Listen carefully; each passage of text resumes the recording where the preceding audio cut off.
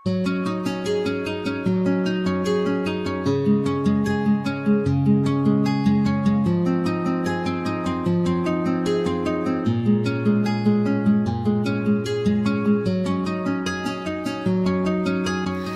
buhay ay parang doble cara. Minsan masaya, minsan malungkot. Parang barkada ko. Minsan may magsisenti, minsan naman may kalokohang nagaganap kahit na may pinagdaraanan. Sila ang punot dulo ng aking kaligayahan at nagbibigay lakas sa aking mga desisyon. Ngunit sa aming pagsasama ay mayroong mangyayaring hindi inaasahan.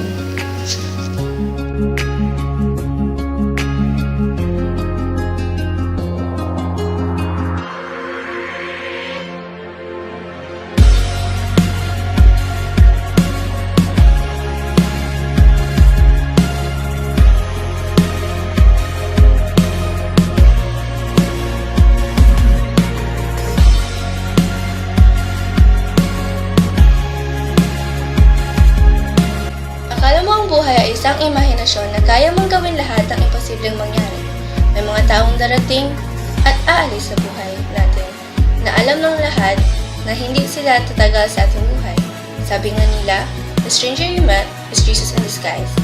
Maybe Jesus wanted us to do more without giving up, without feeling the needs of anyone, and to choose the best decision, to make the good decision in our lives.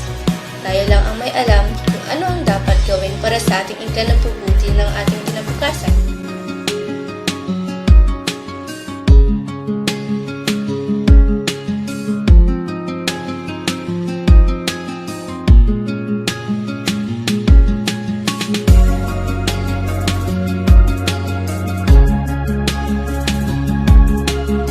Akala mo lang na nandyan pa sila, ngunit wala na pala.